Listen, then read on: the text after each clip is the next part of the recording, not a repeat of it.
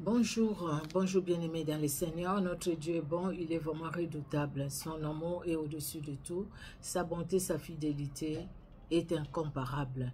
Il est celui qui agit dans nos vies, il est celui qui se révèle. Il s'appelle Emmanuel. Dieu est avec nous, Dieu parmi nous.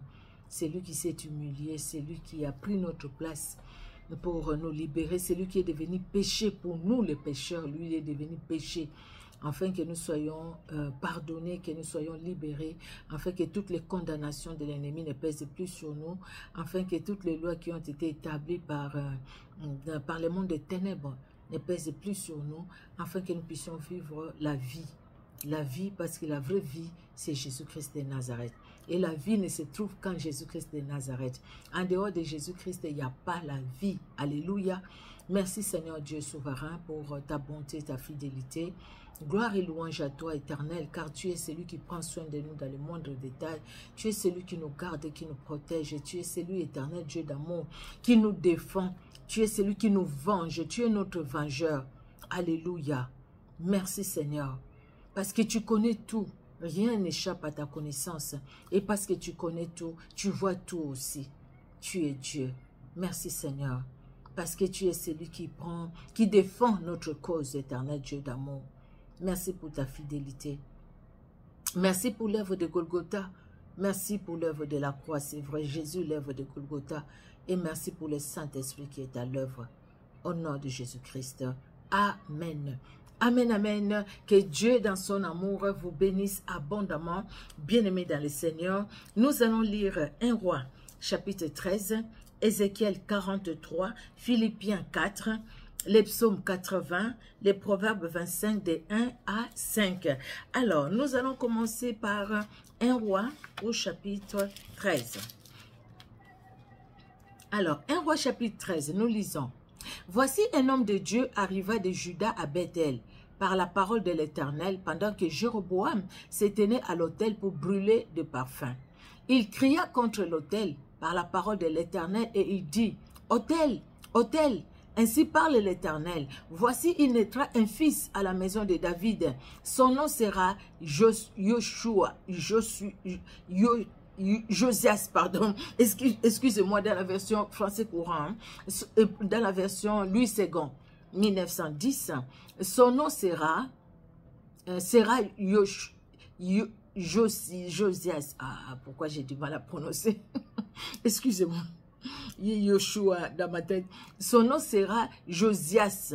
Il immolera sur toi les prêtres des prêtres des hauts lieux qui brûlent sur toi des parfums, et l'on brûlera sur toi des ossements d'hommes. Et le même jour, il donna un signe en disant, c'est ici le signe que l'Éternel a parlé. Voici, l'autel s'effondrera et la cendre qui est dessus sera répandue. Lorsque le roi entendit la parole que l'homme de Dieu avait criée contre l'autel de Bethel, il avança la main de dessus l'autel en disant, saisissez-le.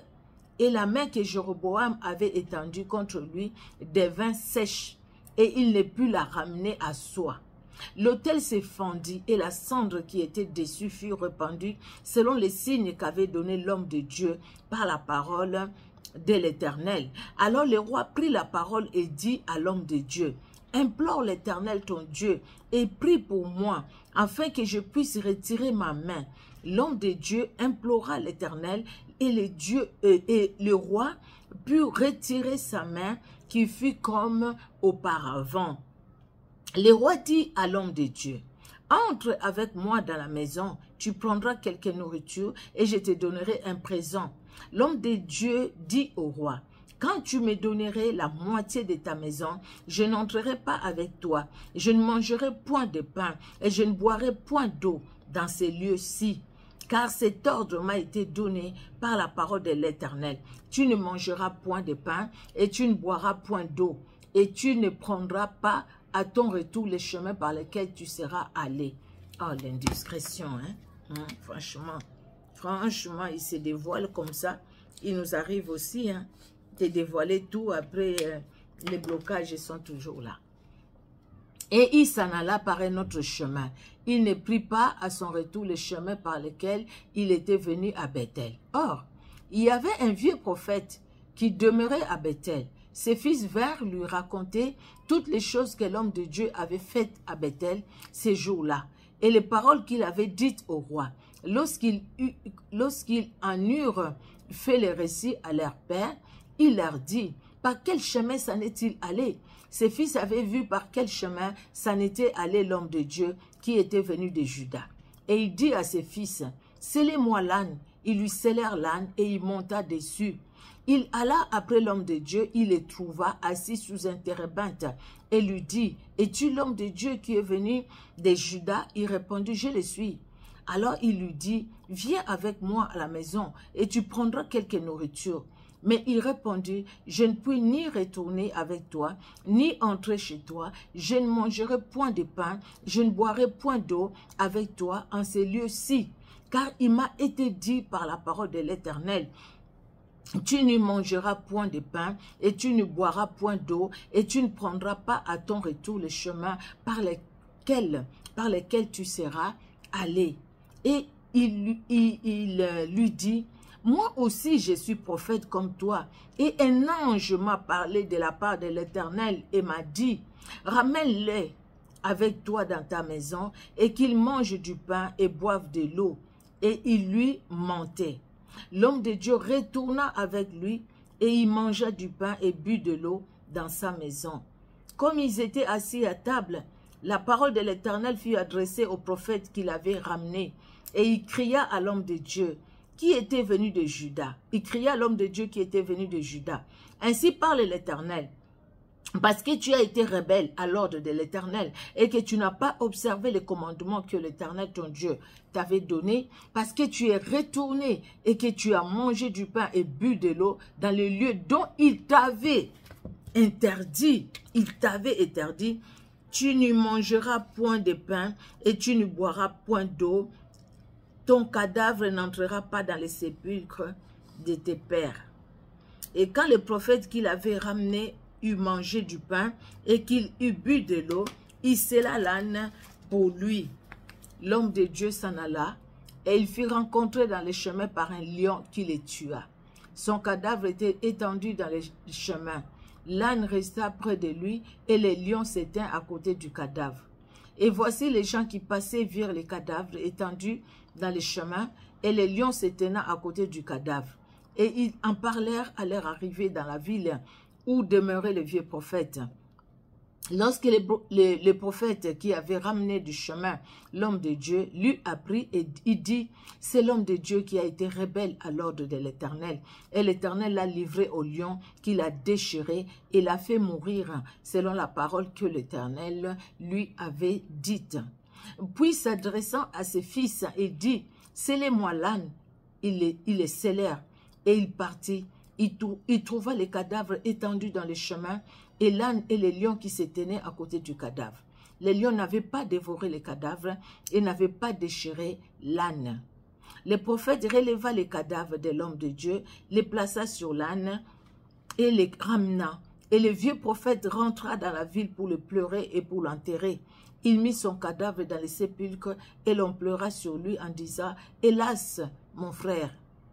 Après l'avoir enterré, il dit à ses fils, « Quand je serai mort, vous m'enterrerez dans les sépulcres où est enterré l'homme de Dieu. Vous déposerez mes os à côté de ses os. Car elle s'accomplira la parole qu'il a criée de la part de l'Éternel contre l'autel de Bethel et contre toutes les maisons de hauts lieux qui sont dans les villes de Samarie. » Après cet événement, Jéroboam ne se détourna point de sa mauvaise voie. Il créa de nouveau des prêtres de hauts lieux, pris parmi tout le peuple, quiconque en avait le désir. Il les consacrait prêtres de hauts lieux. Ce fut là une occasion de péché pour la maison de Jéroboam, et c'est pour cela qu'elle a été exterminée et détruite de dessus la face de la terre. Alléluia. Ce n'est pas de façon anodine, ce n'est pas anodin que nous ayons toutes ces paroles, que la Bible nous parle de cet homme, qui nous parle de cet homme de Dieu, nous parle de Jéroboam et nous parle de tout ce qui s'est passé par sa désobéissance. Dieu a dit dans ces lieux-là, Dieu n'a pas dit, écoutez, tu vas aller manger dans la maison du prophète, donc ceux qui me craignent, et dans la maison de ceux qui ne me craignent pas, ne mange pas. Mais ces lieux-là qui étaient souillés par Jéroboam et ses pratiques de son idolâtrie, ces lieux-là où Jéroboam a ramené les enfants d'Israël dans l'idolâtrie, ou a amené les enfants d'Israël dans l'idolâtrie, ces lieux-là, Dieu lui dit ces lieux-là, dans ces lieux-là, tu ne manges rien, tu ne bois rien, et au retour, ne prends pas les chemins par lesquels tu es venu, change de chemin. Vous savez, bien aimé, tout à l'heure, je l'ai dit, la discrétion. Hein. Dieu nous donne des instructions. Ce n'est pas pour aller dévoiler à tout le monde. Si vraiment, je ne sais pas, ces jeunes prophètes, cet homme de Dieu, que Dieu a envoyé lui-même, hein, pour prophétiser contre l'autel que Jéroboam a élevé. Si vraiment son cœur était attaché au Seigneur, je pense qu'il n'allait même pas dire que voilà, je dois retourner par un autre chemin. Peut-être il allait dire non, je ne mange pas. Mais sans donner tous les détails que Dieu lui a donnés. Quelque part, c'est comme s'il regrettait quelque chose. Quelque part, c'est comme s'il voulait quand même les biens du roi. Et quand il est retourné, il pouvait prendre ce chemin. Il s'est arrêté. Bien-aimé, quand on s'arrête, même dans la marche chrétienne, quand on s'arrête, au lieu d'avancer, au lieu de partir, on sera comme les enfants d'Israël devant la mer Rouge. Ils étaient en train quand ils se sont arrêtés, c'était dans les murmures. Pourquoi on n'est même pas allé mort en Égypte, au lieu d'aller mourir dans le désert? Ici, les Égyptiens vont nous tuer et nos cadavres seront enterrés où? Et ici, et tout ça, qu'est-ce qu'on va faire? La mer Rouge, on n'a même pas de pirogues, on n'a rien, on n'a rien. Et le Seigneur dit, mais pourquoi ces cris? Moïse dit aux enfants d'Israël de marcher. Enfants d'Israël avance, marche. Bien-aimé, cet homme de Dieu devrait marcher et continuer la route, parce que c'est Dieu qui lui donnait la force. Il s'est arrêté parce qu'il y avait quelque chose dans son cœur. Dieu connaît nos cœurs. Il y avait quelque chose dans son cœur, un peu un regret. Il est parti, mais sans vraiment partir. Il est parti, mais en regrettant tout ce qu'on lui a promis. Il est parti, mais il s'est dit peut-être que, écoutez, si j'ai retourné, et si j'avais tous les biens que le roi m'a promis, et si je mangeais quand même pour mon corps, et si je buvais quand même pour mon corps. Donc, quelque part, les regards se sont retournés un peu sur moi, qu'est-ce que je peux avoir en plus, moi, mon intérêt à moi. Il a regardé à son intérêt et voilà ce qui s'est passé. Mais vous savez, des fois on peut se demander, écoutez, les dieux que nous prions, nous avons la grâce, nous, que le sang de Jésus-Christ a coulé. Sinon, il y aurait des choses horribles hein, sur cette terre, n'est-ce pas? Sinon, il y aurait des choses horribles. Regardons ça. Aujourd'hui, nous ne voyons pas des prophètes qui agissent comme ça. Ceux qui se disent enfants de Dieu qui agissent comme ça. Comme ces jeunes hommes, ces jeunes prophètes. Comme cet homme de Dieu. La Bible parle de l'homme de Dieu. Il n'était pas le moindre. C'est Dieu il a entendu Dieu lui parler. Donc c'est quelqu'un qui est en communion avec Dieu. Il entend Dieu lui parler. Mais il n'obéit pas. La désobéissance a toujours des conséquences néfastes. La désobéissance amène la mort. La mort physique peut venir, mais surtout la mort spirituelle. La séparation avec Dieu. Ça s'est passé ainsi pour cet homme de Dieu. Il y a eu une séparation. La communion a été brisée parce que son cœur n'était pas totalement à Dieu. Son cœur a pensé peut-être au bien qu'on lui a promis. C'est pourquoi quand ce vieux prophète va venir, vous voyez que le diable peut utiliser n'importe qui. Il peut utiliser même quelqu'un qui est dans l'église qui prie avec toi. Il peut utiliser quelqu'un que tu te dis, écoutez, c'est un homme, c'est une femme spirituelle. Là, le diable va utiliser ces vieux prophètes. C'est un prophète, Dieu l'a utilisé, mais il était fatigué, ce vieux prophète. Le diable va l'utiliser contre ces jeunes prophètes.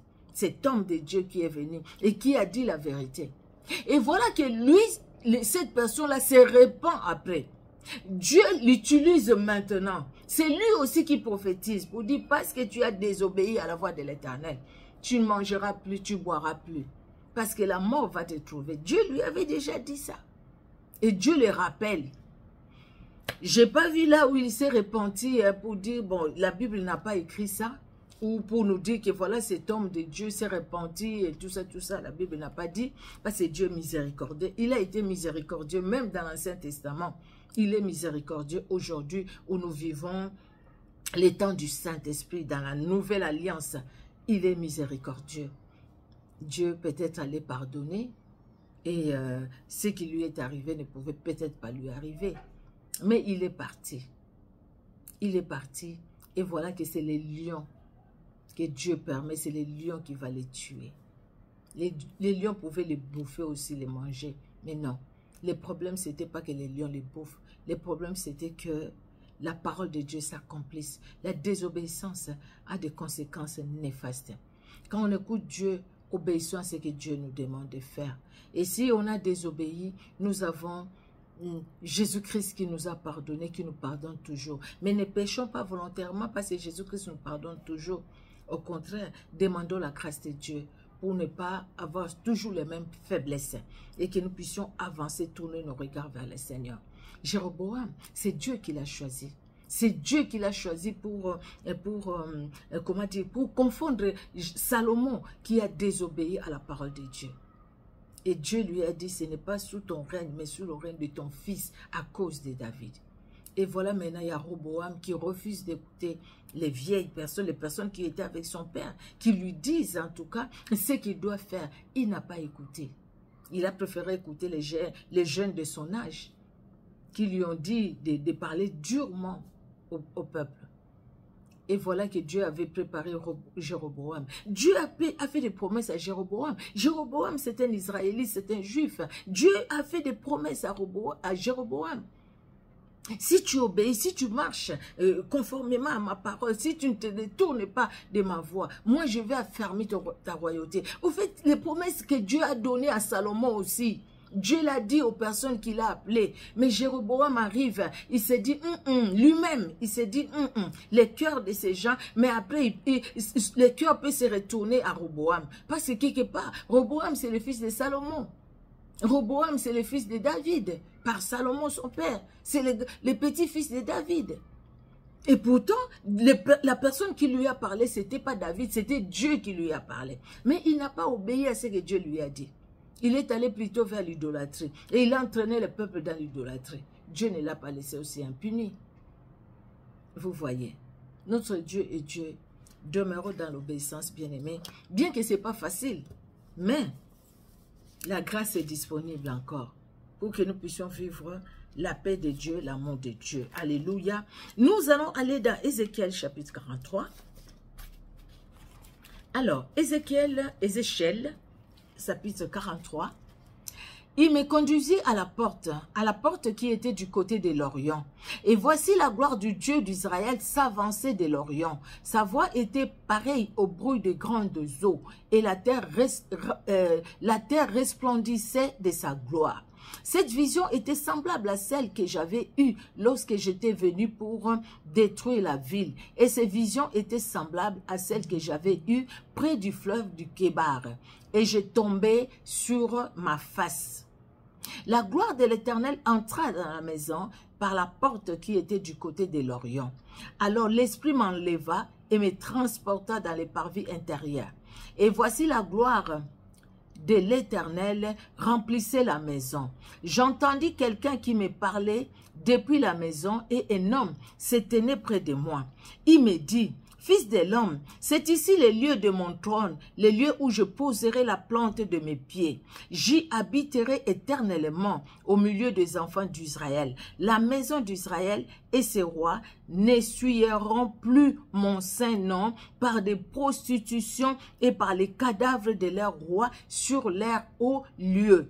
Ils mettaient leurs seuils près de mon seuil, leurs poteaux près de mes poteaux, et il n'y avait qu'un mur entre moi et eux. Ils ont ainsi souillé mon saint nom par les abominations qu'ils ont commises. C'est pourquoi je les ai consumés par ma colère. Maintenant, ils s'éloigneront de moi, leur prostitution, et les cadavres de leurs rois, et j'habiterai éternellement au milieu d'eux. toi, fils de l'homme, montre ce temple à la maison d'Israël, qu'ils en mesurent le plan et qu'ils rougissent de leur iniquité. S'ils rougissent de toute leur conduite, fais-leur connaître la forme de cette maison, sa disposition, ses issues et ses entrées, tous ses desseins et toutes ses ordonnances, tous ces desseins et toutes ces lois. Mets-en la description sous leurs yeux, afin qu'ils gardent tous ces desseins et toutes ces ordonnances et qu'ils se conforment dans l'exécution. Alléluia. Telle est la loi de la maison sur le sommet de la montagne. Tout l'espace qu'elle doit s'occuper est très saint. Voilà donc la loi de la maison. Voici les mesures de l'autel, d'après les coudées, dont chacune était d'un palme, plus longue que la coudée ordinaire. La base avait une coudée de hauteur et une coudée de largeur, et le rebord qui termine son contour avait un empas de largeur, et c'est le support de l'autel. Depuis la base sur le sol jusqu'à l'encadrement inférieur, il y avait 2 coudées et une coudée de largeur, et depuis le petit jusqu'au grand encadrement, il y avait 4 coudées et une coudée de largeur. L'autel avait 4 coudées et 4 cornes s'élevaient de l'autel. L'autel avait 12 coudées de longueur, 12 coudées de largeur et formait un carré par ses 4 côtés. L'encadrement avait 14 coudées de longueur sur 14 coudées de largeur. À ses 4 côtés, les rebords qui terminaient son contour avaient une demi-coudée. La base avait une coudée tout autour et les degrés étaient tournés vers l'Orient. Il me dit, fils de l'homme, ainsi parle le Seigneur, l'Éternel. Voici les lois au sujet de l'autel, pour le jour où on les construira, afin d'y offrir des holocaustes et d'y répandre les sangs.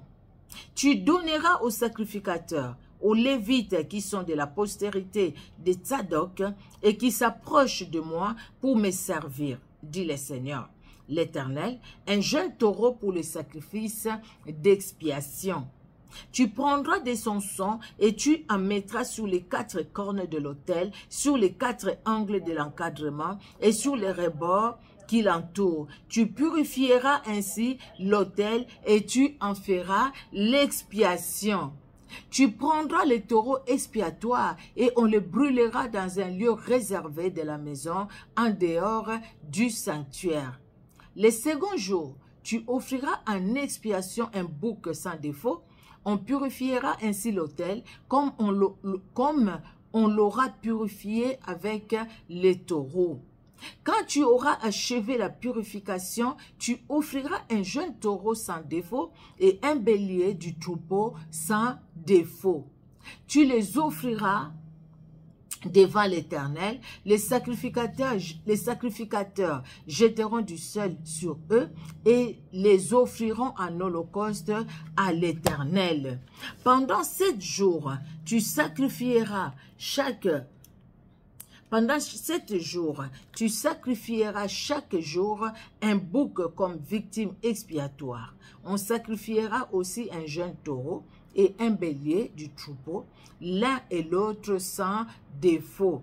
Pendant 7 jours, on fera l'expiation et la purification de l'autel, on les consacrera.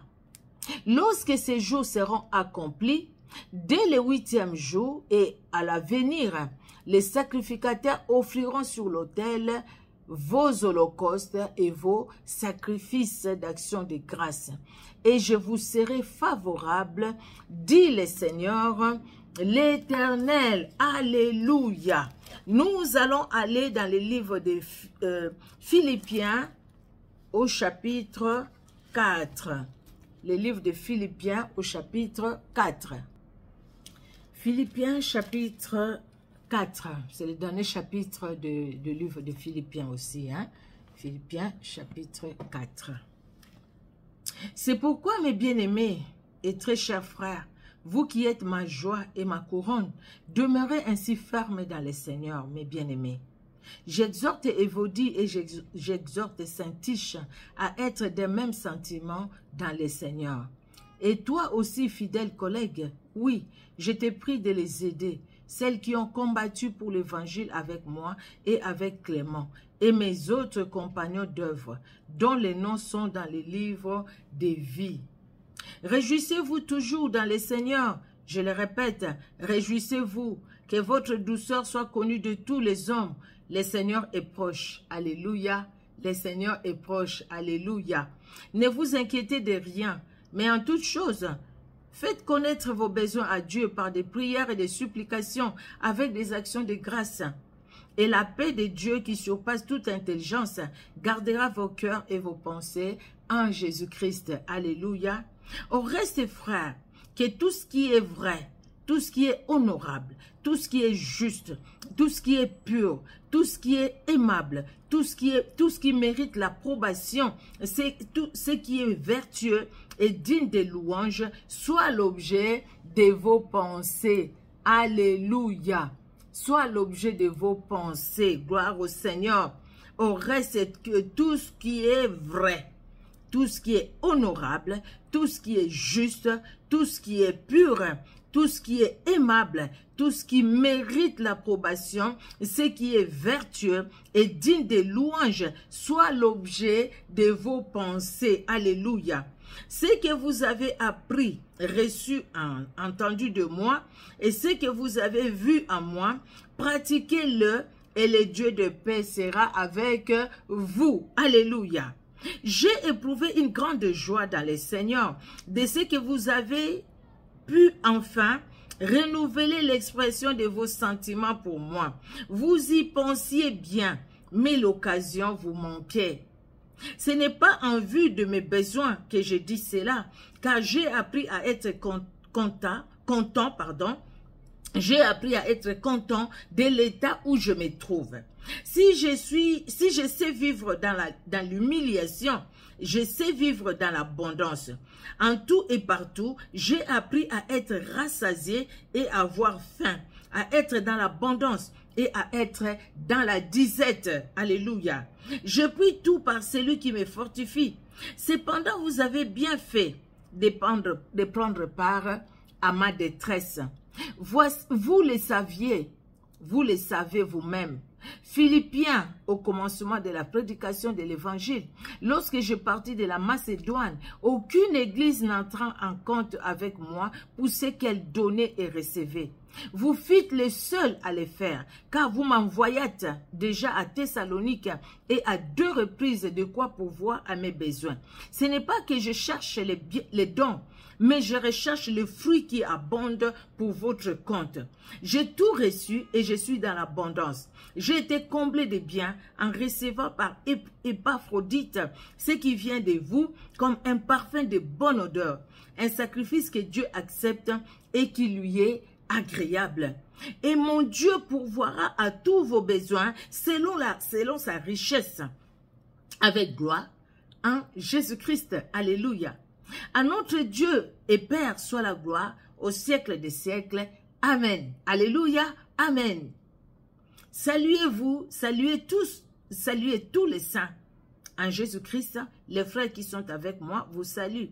Tous les saints vous saluent, et principalement ceux de la maison de César. Que la grâce du Seigneur Jésus-Christ soit avec votre esprit. Alléluia. Gloire au Seigneur. Nous allons aller dans les livres de psaumes. Les psaumes 80. Voilà. Les psaumes 80.